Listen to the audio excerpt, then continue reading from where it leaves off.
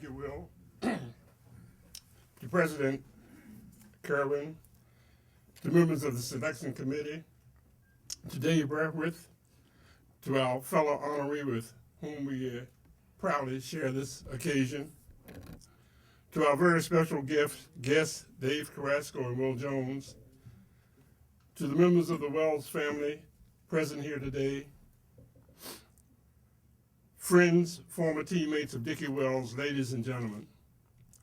May I sincerely thank you for joining me and the members of the Wells family on this 25th day of Black History Month as we briefly pause to remember, recognize, and honor Dickie Wells, an outstanding athlete, but a far, far better person.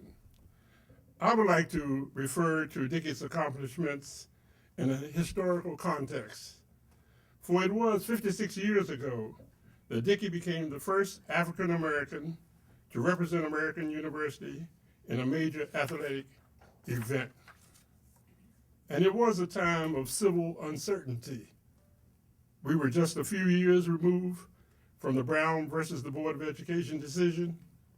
The DC public school system continued to wrestle with the process of integrating and desegregating public schools. There had been no march on Washington, D.C., no Million Man March, no I Had a Dream speech by Dr. King.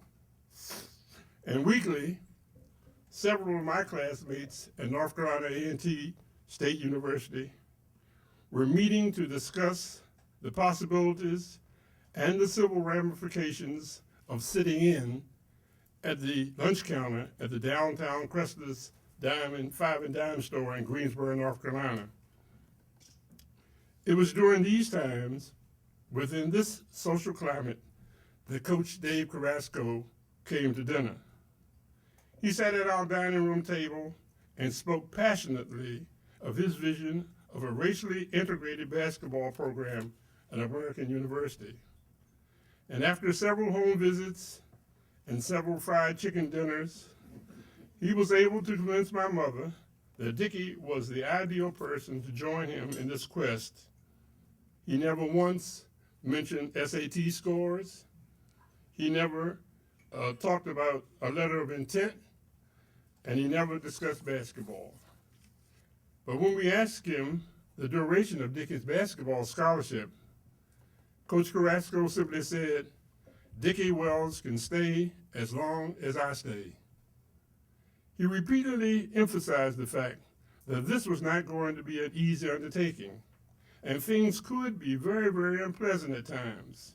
He stressed the importance of no physical or verbal retaliations, indicating that if you fight, no matter what the score, we will lose everything. I couldn't understand why Dickie would commit to such an undertaking. He had a dozen other football and basketball scholarships. Plus, I thought I knew Dickie far better than anyone. This was not the Dickie Wells I knew. The concept and practices of passive resistance and civil disobedience were not a part of his makeup. There was nothing in his DNA, nothing in his day-to-day persona that would lead one to select Dickie for this Jackie Robinson role. Dickie grew up on the playgrounds of Washington, D.C. He was most at home on the basketball court or the gymnasiums of Kelly Miller, Barry Farms, or the Police Boys Club. In these venues, you ask no quarter and you give no quarter. It is most important that you protect yourself at all times and at all costs. Dickie was 6 feet, 4 inches tall, 220 pounds of muscle and grit. And when provoked, he could be as mean as a snake.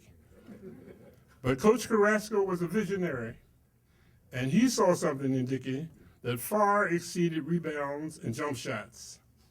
And so he hugged my mother, and he shook Dickie's hand, and Dickie stepped out into the pages of history and became an American University Eagle.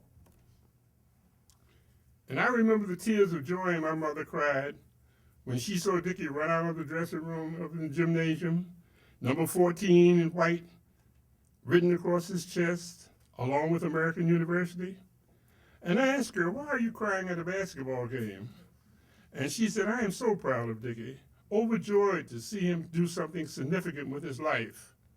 American University went on to win its first home game, but the joy was short-lived as we ventured off to our first away game in the Mason-Dixon Conference.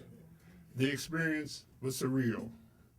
The host college and its student body made it perfectly clear that they resented the distinction of being the first college in the Mason-Dixon Conference to host a rival team with a minority coach and a minority starting player. There were hundreds of disgusting placards, signs with vile epithets and vulgar language directed at Coach Carrasco and Dickie. Several black cats were released upon the floor, delaying the game for what appeared to be an eternity. The name-calling and verbal abuse went on throughout the game, and only subsided when Dickie fouled out of the game early in the fourth quarter, at which time the entire arena erupted. The student body stood in unison, locked hands, rocked back and forth, closed their eyes as the band played, and they proceeded to sing 4 choruses of Bye Bye Blackbird.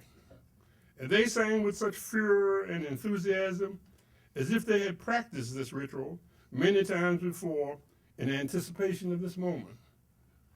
And my mother cried tears of anger and rage and asked herself, how could anyone do this to another human being?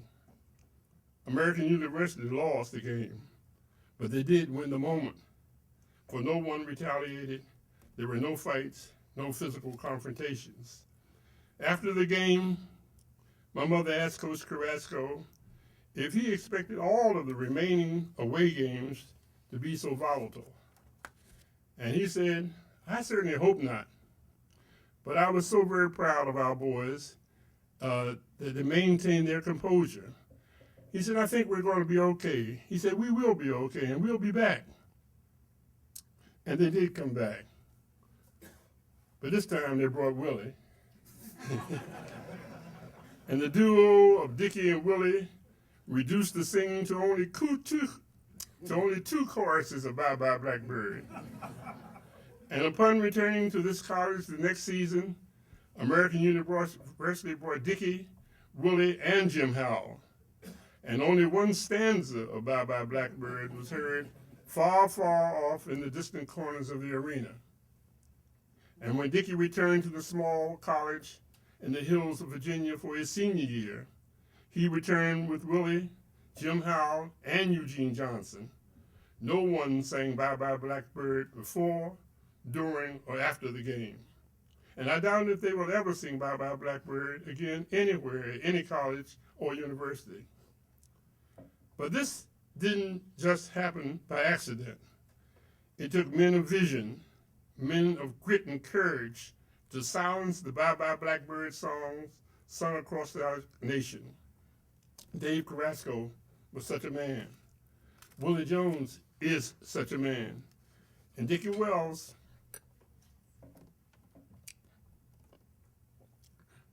finally joins them as such a man. Dickie stayed at American University for 8 years. He hated to leave American University. He changed his major 3 times. Willie said 8, but it was only 3 times. He changed his major 3 times. He stayed here 4 years as a student athlete, 2 years as an assistant to Coach Carrasco, and for 2 years he worked in the post office on campus as a part of a work scholarship program which allowed him to receive his Bachelor of Science degree in 1965. For 8 years he rode public transportation from far northeast Washington, D.C. to the campus here at American University. It took him 2.5 hours in each direction. And my mother became quite concerned over Dickie's extended matriculation here at American University. And she asked me to talk with Dickie concerning his prolonged stay and his plans for the future. He had 2 failed tryouts with the then Baltimore Bullets and 1 with the New York Knicks. And at this point, his life seemed to be on hold. And I talked with Dickie and I asked him his plans for the future and why he was staying at American University for so long. And he said, Ed, it's hard to leave a place where you enjoy doing what you're doing. It's hard to leave a place where people recognize you and respect you. He said, here everyone seems to know my name. And I said, yeah, Dick, that sounds good. That sounds fine. But sooner or later, you're going to have to face the world. You're going to have to get out of here and find a real job. I said, Dick, you can't stay here at American University forever. But again, I was wrong. He can stay here at American University forever. And he will stay here at American University forever. By virtue of our gathering here today, and the songs we sing and the things we say, we assure Dickie Wells an honored place within these hallowed walls at American University forever. Thank you, American University. Thank you, ladies and gentlemen, and God bless.